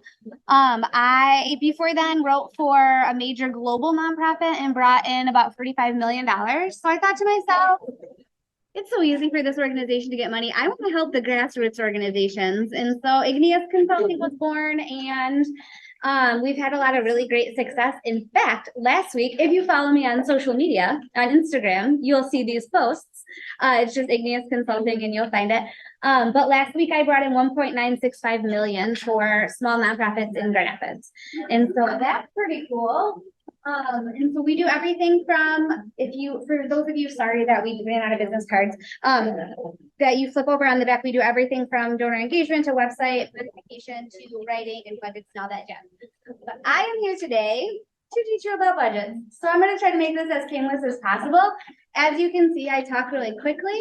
My mom is Mexican, and when we get together, it's my mom and my sisters. And so if you need me to slow down, just give me like the baseball hug or like the slow down, you're talking too fast. So the first thing that we want to talk about is this idea that I teach at Grand Valley in their master's program. I don't want to guilt you, but we are still dealing with a car issue outside. So anyone who's driving a silver Toyota, or a black truck, the black truck can find the owner. So now we're gonna try moving the silver Toyota. So If you want to do this one, yeah. Okay. Good luck. Yeah, no problem. I teach at Grand Valley in their master's program, and so I'm used to like writing on the board and talking. So the first thing that I ask for is like the program budget versus the organizational budget. And so what's the difference? Sometimes there's not one, right? Like for the example, for the budget that we're going to use is just going to be an after school program. And so if all I do is offer this after school program that's like the prior nonprofit right now, then I might turn in the same budget for this specific program as I would for my organizational budget, even though they ask us to upload it in 2 separate places. That is okay if those are the same things. If your organization grows and you start to offer parenting classes in addition to your after school program, then you have your parenting class budget and your after school budget. So then your organizational budget would be a combination of both of them. Does that make sense? I get that question a lot. Like, I don't know why they're asking me for 2 budgets. So for today, on our out-of-school program, we are going to write a budget. So you have your revenue, and then you have your expenses. And what they often ask you for is, we're gonna make this a complicated budget, so you guys are experts. They wanna know how much do we pay, so how much is the program budget? And then they wanna know how much is, the match, right? And then how much is the total budget? So for the match, that is so tricky. With match, they'll say like, for every dollar we give you, we want to see that you have some sort of investment into this as well. Match can often be in kind, so volunteer time. It can be a different funder that you're bringing in and counting as match. Or sometimes you'll see on the proposals that they'll say no match included, which means you don't need to document any match. For this after school program, we're gonna say they asked for a 100% match. So, first, the organization's revenue. And so we're gonna get, hypothetical revenue from contributions. So general contributions, and this is gonna be your, individual, not grants. It's gonna be the individuals that donate to your organization, that do contributions. And say, they give you $100 a year. And so we would list that here in match because, or we would, just list it in the total if this organization didn't want match. The organization we're writing to is the Thrive Foundation. And we're writing for a PGC program, a out of school program. And we're waiting for all of 2024. Well, those are some more details, so we can put our heads around it. So our contribution's $100. And then we're gonna have, our current grants. And we're just gonna lump them together, but you can individualize them out on this line item.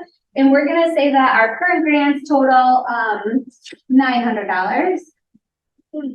And we're gonna say that this grant right here, we wanna ask them money for, so we'll add them, and we'll just put the words pending after it, but we're gonna add them into our revenue. And we're gonna ask them for $1,000. So we're gonna put that right here, that we're gonna say we need program revenue from you guys for $1,000. We aren't gonna list any match, and the total here is gonna be $1,000. And then, this is really important. Organizations that are small grassroots need to list in kind in their budgets in order to show that their budget is larger. So if you come to a funder and you say, my budget is $20,000 and I'm asking you for $25,000, they're gonna say, it's really nice to know you get lost. But if you come to them and you say, okay, we're gonna put in all the volunteer work, everything from, you know, my grandma cooks the food in the kitchen and to, we had to set up the room and the tables, all those things. We're gonna call that all volunteer work. On the Grand Rapids website, volunteer work is rated at $27 an hour, I think it is. And so we're gonna say that we do in kind, and that we have in kind time or volunteers. And this is, we're gonna say that we do this for $1,000 just to keep our numbers nice and round. And that's for our volunteers. Does that make sense, what I'm trying to convey? That you want to put that in kind into your revenue so that it shows your organizational budget is bigger. Because then you can ask for more money. Cool. And then the other in-kind thing or donation that we're going to show is going to be computers. Let's say someone came through and they gave us some computers. And those computers were also $1,000. And then we have your grant total, pretend there's another line item here, and it's $4,000. So your organization has $4,000 in revenue. So then we get down to expenses. The important thing about expenses is you want it to reflect, go ahead. Let's pick about the volunteers. Are you quantifying it in terms of if they had to be paid, how much it would have cost? Yeah, you're not actually paying your volunteers, right? Because Yeah. staff. But yeah, Okay. if they had to be paid, what that in-kind money would be. Any questions on the revenue before we keep going?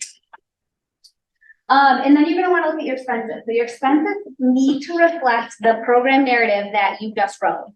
And so if you are a funder, you're gonna pick this up and you're gonna say, this is an awesome narrative for this out of school program, but it's super weird because they said they were gonna feed the kids, but there's no evidence of them feeding the kids in the budget, right? And maybe you're not gonna ask the Thrive Foundation to feed the youth, but you need to somehow show that you're gonna feed the youth.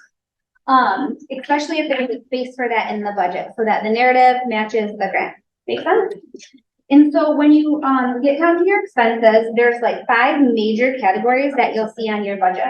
And so you'll have your staffing, and that will include your fringes or your benefits. You'll have supplies. You have contractors. What else do you have? You have equipment, but you guys probably aren't purchasing very much equipment. Travel, maybe you have a conference to go to for staff training. And then you have this super awesome bucket called other and indirect cost. So let's see. So what a lot of people don't, like, tips and tricks, if you have a contractor, you could list out like a service that is ongoing where you ask for support to get your reports written. And then those people can also help advance the like infrastructure of your nonprofit, right? And so you could write like Trish into your grant to write reports. And so you could have her as a contractor listed here. You could also, this is where like that collaboration line item goes. And so if you're working with a larger organization, you would be listed here under contractors. Or if you need to list someone as a contractor because they're not a staff, right? If you have someone who comes and cleans and you pay them to clean, but they're not a staff member because you 1099 them and they clean the after school program building, they would be listed here as a contractor. So for other, you'll see like what I get a lot is like, I have this expense, it's for, I don't even know, transport, it's for mileage, right? We need to pick up these youth and we have to pay for gas, but there's no clear like identification for gas because this travel is for staffing. And so it ends up going into other. And so sometimes with grassroots organizations, what we find is like, you're not really buying equipment, you don't have a ton of staff. So your other line item ends up kind of long, right? Like you're buying food, you're paying for mileage, you're giving out bus passes, you're paying for utilities to keep the lights on, you're buying these things. And so needs items. And what'd you say? Basic. Basic needs items. You're buying clients shoes and deodorant and things that they need to take care of themselves. So it's not uncommon for your other to get like kind of robust. And grant or funders are used to seeing that. And then before we get down to your expense total, the last line item that we see is indirect costs. So most of the time, there'll be a section in your grant application that outlines what you can have in indirect cost percentage. So they'll say, this cannot exceed 5% of your ask. This cannot exceed 8 or 10% of your ask. I've never seen it higher than 10%. So I had a small grassroots organization say that their indirect cost rate was 25%. A funder isn't going to want to see that. That application was declined. And so with the indirect cost rate, stay under 10%. What is included in indirect? Yeah. Your indirect cost rate includes all of your like behind the scenes stuff. And so it's going to be human resources, accounting.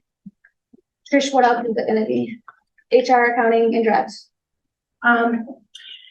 If you have an administrative assistant or,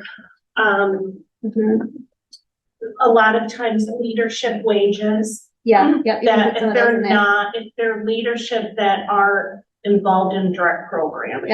I just had a grantee buy a new accounting software and like, you can't really list that anywhere. And grantors don't really want to pay for that.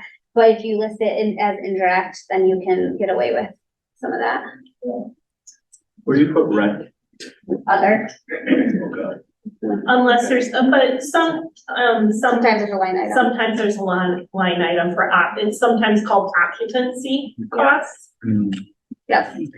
And so then we have our indirect and then we have our total. So your ask here is going to want to be the same as your ask for your total expenses that ends up being here if we were to populate all of that out.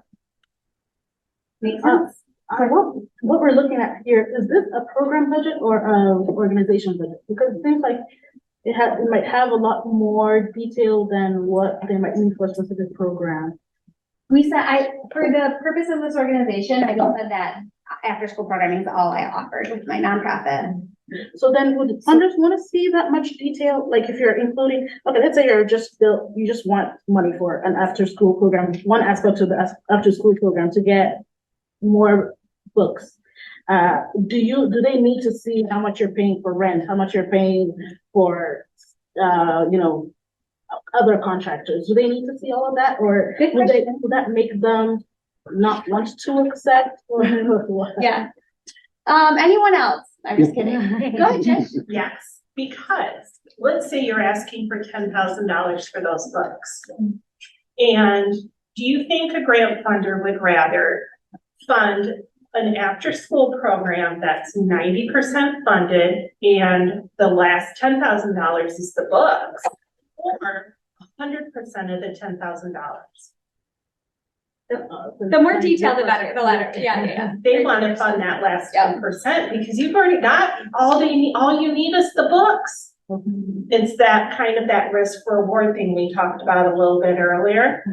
You want to show that they're a small piece of the funding pie, because then there's less risk for them. Yep. And if you have that documentation anyway, which you probably do, if you share it with them, they're going to see how organized you are, how much infrastructure you have, how you know exactly where you're going to put the book money into the program. So, question? Yes.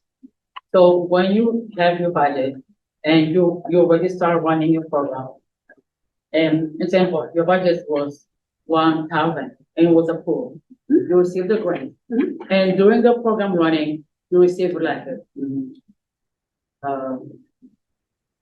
donation from an organization. What do you have to do? Do you have to adjust your budget? Nope. Okay. The budget you submit at the beginning is the one the funder makes the determination on. And so you don't have to keep updating them on all the other money you bring in until you submit that grant again someday. But in the meantime, you would just adjust your internal financial to keep a record. Or you have to return it at the end when you make your report, because you receive something from another organization. No, in her case, if she received an extra $1,000, she just goes buy more books. If she,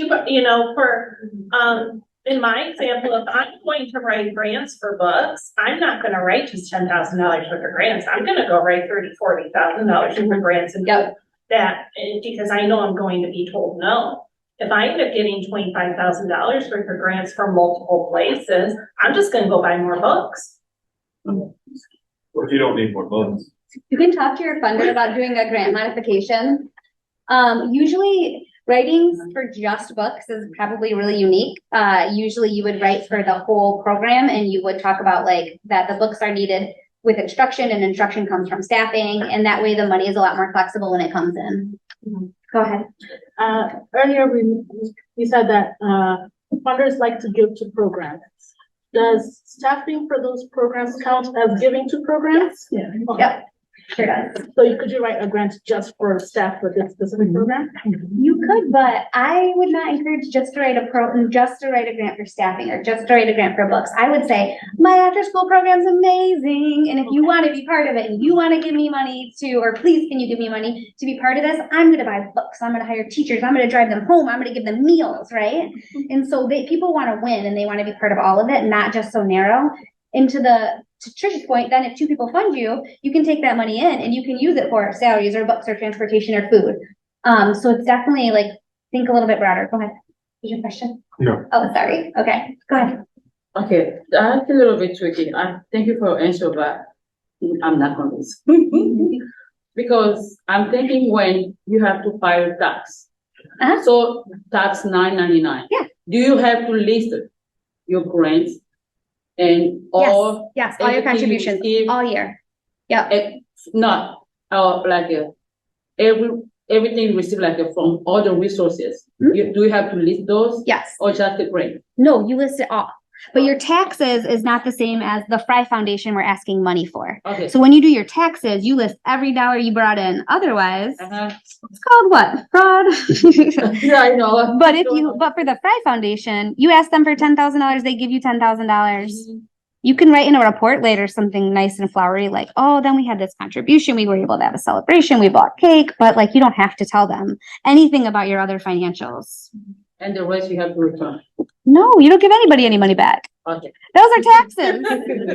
You take the Fry Foundation's $10,000. You use it on the program. You use all the dollars because we don't want to leave anything on the table. Yeah. If for some reason you don't use all the dollars, then I suppose you do have to return them. Okay. But you would never do that. You'll use all the dollars. Does that make sense? Like the Yeah. foundation versus the taxes? Okay, so the other thing that I want you guys to be able to take back, besides put in kind in your budget, and this is what building a budget looks like, is called the budget narrative. So, people get really caught up with the budget narrative, don't be scared, I'm here. So let's do a budget narrative on staffing. So what they want to see when they say budget versus budget narrative is we just saw a budget with just numbers, okay? Now we're doing the budget narrative. And so now they want to know exactly how you're going to spend their dollars. So for staffing, we're going to hire well, we already have an executive director. We're going to hire a driver to drive our youth around for the program, right? And this driver is going to work 0.5 FTE, 0.5 full-time equivalent, so 20 hours a week, right? They're going to work 0.5 at $10 an hour because even numbers are fun. And what they're going to do is, so you have the title, the amount of hours worked, the amount of dollars per hour, and then you need to have roles and responsibilities so people know exactly what this driver is doing. So I'll say, responsible for driving youth. That's not enough, because how often are you driving the youth, right? So driving youth 4 days a week for 2 hours a day. So now, if someone said, what'd you do with my dollars? I would say, oh, I gave them to this driver that we hired. His name's Tom. He drives Monday through Thursday for 4 hours a week. We pay him $10 an hour. It equals 20 hours a week, right? So they have all the details. So let's go further and say that we offer Tom benefits, right? We would say plus what our fringe rate is. And so say our fringe rate is 0.20% fringe. And so the fringe rate is calculated by all the benefits that you offer. And so health insurance, you offer retirement, say you offer workers' comp, Social Security, right? Those things are all FICA, that's another one. You can Google this online and it will tell you what percent of someone's salary. So FICA is like 9.65%. I don't even know what FICA stands for. This sounds a thing. Anyway, so you calculate these all up and you realize that you offer 20% in fringes. And so that's where you'll say 20% fringe rate, and you can add these details here, right here. And then you would say equals whatever that total is for Tom, the driver. Say all of this is, I don't know, $20,000 annually. And then you would list his wage on your budget, and then you would go to the next person. So this is just one driver. Then you'd go facilitator, you'd go executive director, you'd go administrative assistant. Go ahead. So for the fringe rate, let's say it's 20%, and the salary of 100,000 for another, like round number, would that 20% be like an additional 20% to that base So your salary? driver makes $120,000. Yep, so that would be the total. But, well, he's part-time, so he made 50,000, but whatever. But maybe you don't ask the Fry Foundation for 100% of it. Right. You only ask for 50%. So, Okay, yeah, that makes sense. Cool. So it's just for the budget side, as far as the driver is concerned, his salary is his salary, and like the fringe benefits are just kind of yeah, built into operating costs more so than. yeah. Yes, I think so. I think what you're saying is, no, you would include his fringes and his salary in the ask. In the ask, Yeah. correct, but But then on the other side, like if his side. you don't know if you're gonna hire Tom with a family of 6 and health insurance is gonna be a ton, or if he's gonna be like a single guy who's on his parents' insurance. And so that's why that ends up just being like kind of an average, which is why your dialogue with your foundation or your funder is so important. Because you could say, well, we ended up with a surplus of $5,000 in our salaries and fringes due to healthcare savings. Maybe repurpose that because we could really use healthcare hygiene items for our teams. And 9 out of 10 times they're gonna say absolutely. But you have to have that conversation early. Sorry, go ahead. Sorry, I hope I'm not getting into the nitty-gritty. No, that's what budgets are all about. So to figure out fringe benefits, does that mean you have beforehand, before you figure out how much you're gonna put on the line item, you have to go out and find, how much you're gonna pay for insurance, how much you're gonna offer for insurance too. So you shop around for insurance, shop around for. If your organization's ready for it, don't just do it for a budget. Remember, don't change who you are. Okay. If we decide that we're not getting Tom fringes and we just want Tom to be a 1099 employee, then we list him as a contractor. Okay. Doesn't mean this description is gonna be any different. It is gonna be the same, but now he's under contractors instead of staff. You do have to list staff. We can't list all contractors because they'd be like, well then. You list your executive director and some of your facilitators there and stuff. But if you're not ready for health insurance, don't offer it, right? And then you don't have to look up all those things. Once again, like I can't emphasize enough, show your funders you know what you're doing and list expenses under all of these things. And so a lot of times people will say like, oh, we don't have money for professional development for our staff. Well, funders want to see that you're prioritizing training your staff. And so putting money in that is going to be impressive. And then putting details behind it, like we've identified this conference of best practices in Chicago happens at this time, like they're going to be more excited to see that. Would you write in a conference in Chicago for a $5,000 ask? No, that would be bananas. You would write in just like a online webinar you found for $50. So you just got to kind of like prorate it for what you've got in front of you. Let's try another example. Do you guys have this here? Can I erase this? Yes. Okay. Let's try another budget narrative example, and we're gonna do rent because rent I get a lot of questions about as well. So we have occupancy, and we have this big building that we have our after school program in. And so a funder's gonna wanna see that they're paying their fair share for their space. And so you can quantify that a couple of different ways. You can do it based on your full-time staff, or you can do it based on square footage. And so if you have a building that you're running your after-school program in, and it's 1,000 square feet, but your program only uses, 1/5 of that, and so your program is utilizing 20 square feet, you can look at the market rate for how much a square foot is by looking at like Zillow and seeing how much they sell buildings around you for. And so say you found a commercial space at $1.90 a square foot. So you would look at what $1.90 times your square footage cost for occupancy. And that, because this is like the portion that you're using of the like larger space. And then same thing for like facilities. So we're gonna try the other way with facilities. Say your electricity bill comes in and it's $100 a month.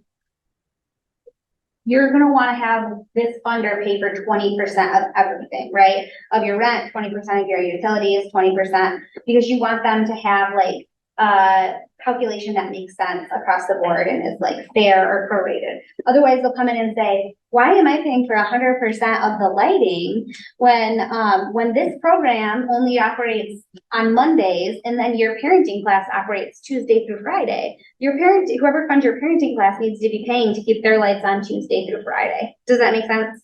Where did that 20% come from? Is it just like? It's made it up. Okay. Yeah. Yeah. How do you get that? So whatever the 20% or 30% is, how have you seen organizations do that in the past where? Yeah. If it's one day a week Mhm. or?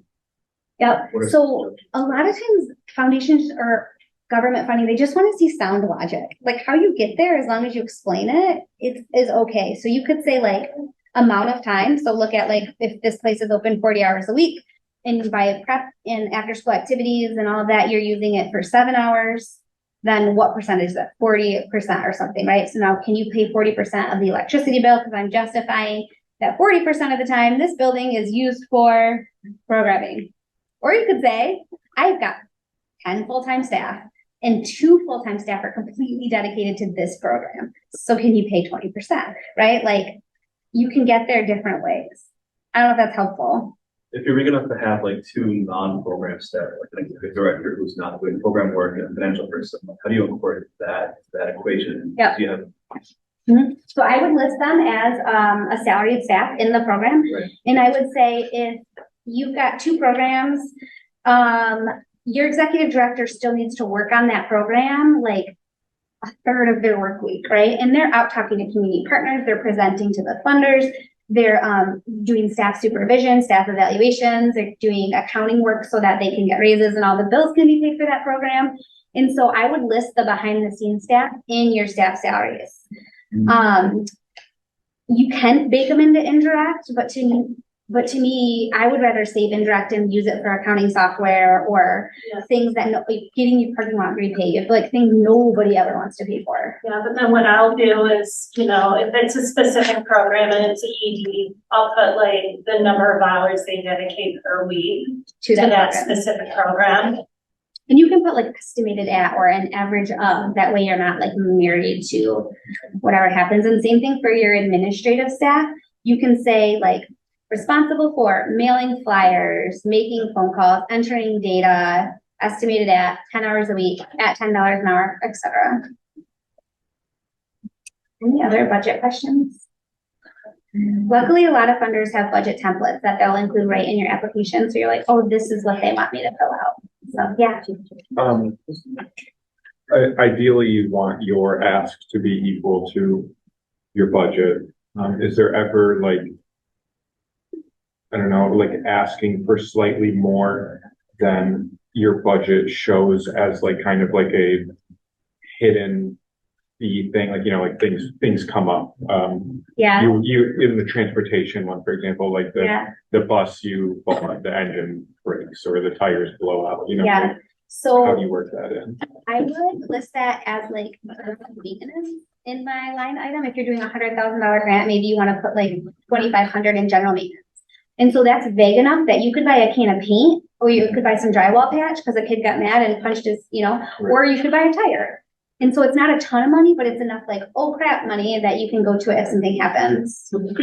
But again, you wouldn't list $2,500 in a $10,000 budget for general maintenance. I just want to contribute to that. I know, my little tiny. No, go ahead. I noticed some organization foundations will ask you for the full program, and then they'll ask you for just what they can offer. So then you have the opportunity to enter any other person who might contribute to it. So it's still more, but it's still, you are not asking them for everything. You are asking that because most of them will say, where is the other money coming from? Yeah. They want to see that you are supported. Yeah, this town is really interesting. I always say that like winners want to hang out with winners. And so like it's sometimes once you get one last name that's got a lot of money on a family foundation, then all of a sudden you keep attracting more and more and more. It doesn't matter just getting like your foot into one door. So the other thing is when a foundation gives money to an organization, they have what they list on their taxes. It's called their 990, and you can see everyone that they've given to. So if there's organizations that are maybe similar to yours, you can say, oh my gosh, they care about these causes and they're going to be willing to listen to me. Also, it gives you a good idea on how much. So if you see that they only give out $300,000, you might not submit an application asking for $5,000 because you can see that they're used to funding major organizations. Could try, but that will give you a general like guidance. Any other questions on budget? Otherwise, we're doing really good on time. Yeah. So how do you determine what you're asking for, what category of an ask it is? So for example, let's say a funder says they don't want to fund capital project, but you want to get, for example, a TV for your classroom. Does that count as capital or does that count as program? I would list that under supplies as program, right? And then in your or equipment, yep. And then in your justification, that is the magic making, is the budget narrative. You say, this TV will be used for curriculum delivery for 20 hours a week. Is essential. It's an essential tool for our facilitators to meet youth in media making where they are, right? And so, and that you hopefully would have described in your narrative as well. Like using state-of-the-art technology, we're able to deliver this in multiple languages or whatever. Yeah. So in capital projects is more along the lines of building. Yeah. Building something, remodeling a big project or something like that. Is that part of the code switching? I think that code switching is like, I only know it through a racial lens. I don't know if you guys know a different code switching. That's all I'm familiar with. Okay, so code switching for me, like when I'm at home with my Mexican relatives, right? We're loud and talking over each other and we're like making food at the same time. And When I'm in professional settings, I don't interrupt or talk over people. That's code switching, right? It's like you have to assimilate to like white culture in West Michigan. So, Midwest, nice. yeah. Yeah, I don't know another code switching method. It's more like, how do you, so in terms of your writing, I guess code switching would be like, unfortunately, we have to write to like the dominant culture and they ask for things like data and storytelling. And so you do have to code switch to what the funder wants in order to get their money. I don't think that it's necessarily a great system where we emphasize one thing culturally, but that is where we're at right now. Where we're at right now. I have seen some progress though, you know, Roosevelt Park.